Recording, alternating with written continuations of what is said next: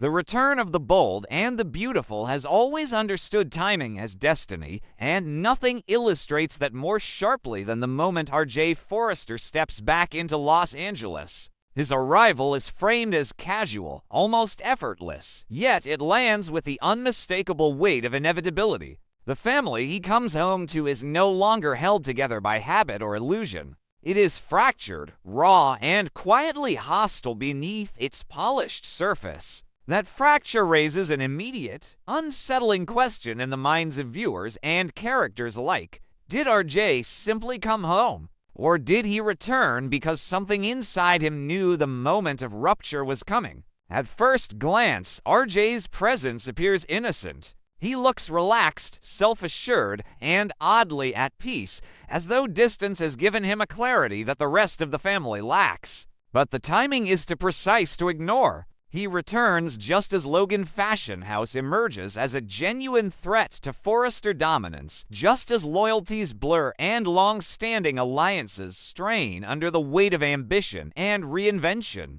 Families do not crack open quietly, they fracture under pressure. RJ arrives not before the pressure, not after the collapse, but precisely at the point where truth threatens to surface. That precision fuels suspicion. In a family where secrets are currency, coincidence rarely exists. Viewers are left to wonder whether RJ's return is an act of comfort or concealment. The idea that he may be carrying something unsaid, a secret heavy enough to draw him back, lingers in the air. His calm feels rehearsed, his detachment intentional. He moves through familiar spaces like someone who knows where the weak spots are, as if he has already mapped the emotional terrain before setting foot inside it. For Brooke Logan Forrester, RJ's return is both a relief and a warning. She sees her son and feels the instinctive comfort of reunion, yet she also senses restraint in him, a careful distance that suggests he is guarding something.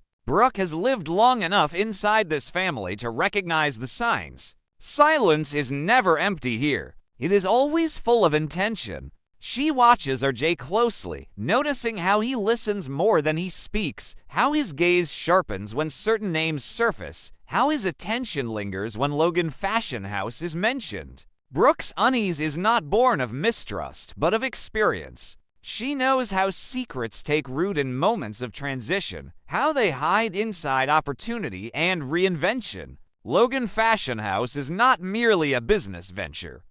It is a declaration, a boundary drawn against old hierarchies. Brooke understands that such declarations invite countermoves, quiet negotiations, and unspoken bargains. And if those bargains exist, she knows Bill Spencer is likely at the center of them. RJ, meanwhile, finds himself standing at the edge of a story he did not intend to enter. His return coincides with fragments of information slipping through cracks in conversation details that feel incomplete on their own, an ominous inaccumulation, a delayed contract, an unusually fast approval, a subtle shift in tone when Bill's influence is mentioned in connection with Logan Fashion House. None of it constitutes proof, yet all of it suggests architecture beneath the surface, a structure built quietly, deliberately. The most compelling turn in this arc is not that RJ seeks out the truth, but that the truth finds him by accident.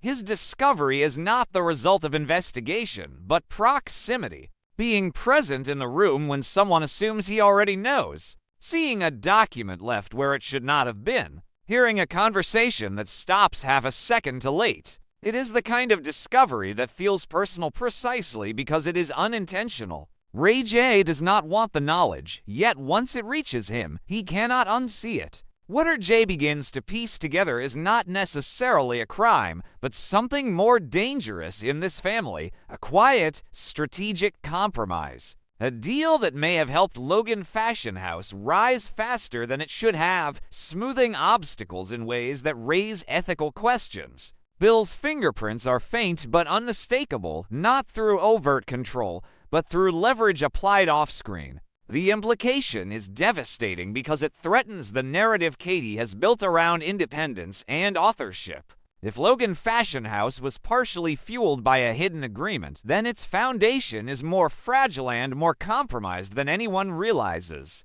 RJ's internal conflict ignites at this point, transforming the storyline from suspicion into tragedy in motion. The choice he faces is not legal or procedural. It is emotional and irreversible. If he speaks, he risks destabilizing his mother's fragile equilibrium and undermining a business that represents her autonomy. If he remains silent, he becomes complicit in a lie that could eventually collapse under its own weight. Either path demands a sacrifice, and neither offers the comfort of moral purity. What makes this dilemma so compelling is RJ's position within the family hierarchy. He is not a power player. He does not control companies or legacies. His influence lies in trust. Brooke trusts him instinctively. Bill underestimates him. That imbalance creates danger. RJ understands that truth, when delivered from someone perceived as harmless, carries a different force.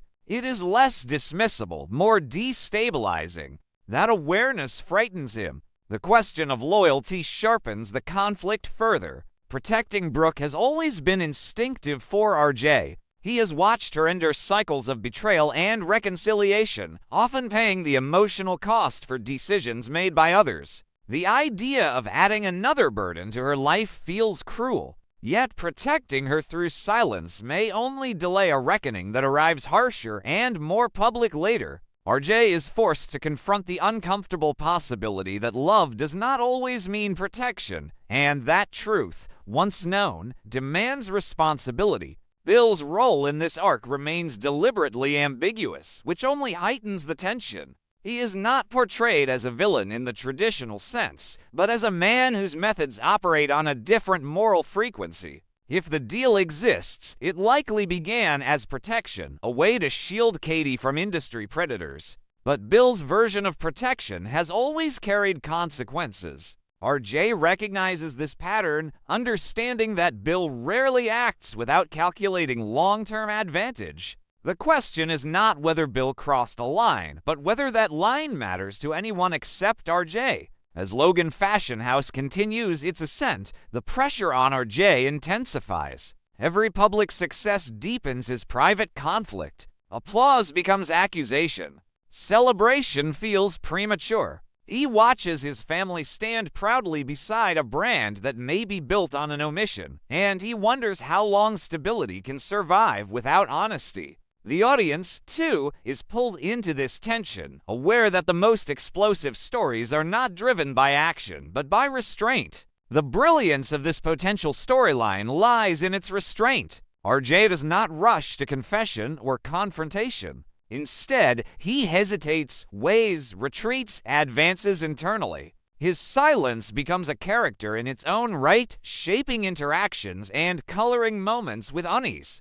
Brooke senses the shift. Bill grows wary without knowing why. Katie remains unaware that the greatest threat to her empire is not external competition, but the truth held by someone who loves her family too much to act impulsively. Ultimately, the power of this arc rests on the inevitability of choice. RJ cannot remain neutral forever. Secrets in this family do not stay buried. They ferment. Whether RJ chooses to protect his mother or protect the truth, the act itself will redefine him. He will no longer be the observer returning home at a moment of crisis. He will become an architect of consequence, and that is why his return feels so significant. RJ did not simply come back to Los Angeles. He returned at the precise moment when silence became a liability and truth became a weapon. Whether he wields it or not will determine not only the fate of Logan Fashion House, but the emotional future of the family itself.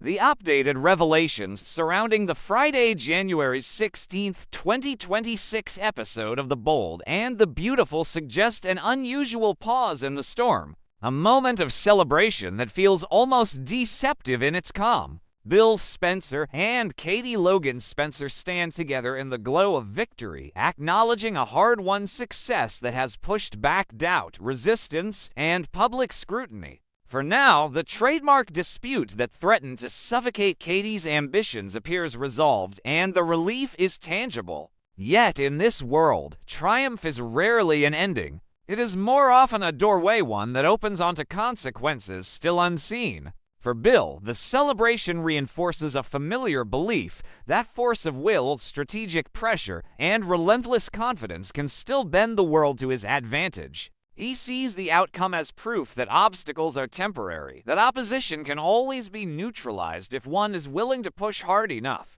Katie, however, experiences the moment differently. While she allows herself pride, even joy, she remains acutely aware of how fragile this success truly is. She knows that victories achieved at this speed invite scrutiny, resentment, and renewed rivalry. As she smiles beside Bill, part of her is already bracing for the next wave, understanding that visibility is both validation and vulnerability. While Bill and Katie mark their win, R.J. Forrester is quietly absorbing information that reshapes how he sees his family's present and its future. Having recently returned to Los Angeles without committing to how long he plans to stay, R.J. moves through familiar spaces with the eyes of someone who has been away long enough to notice what others have normalized. He learns about the branding conflict, the Logan name now standing boldly apart from Forrester Creations, and the tension this decision has reignited.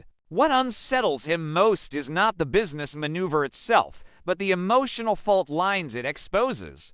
He senses that this dispute is not merely about ownership or trademarks, but about identity, allegiance, and the unspoken competition between legacy and reinvention. R.J.'s return has also reawakened his mother's instincts. Brooke Logan Forrester, who has spent much of her life navigating chaos with intuition as her compass, finds herself trying to piece together a puzzle that feels both professional and deeply personal.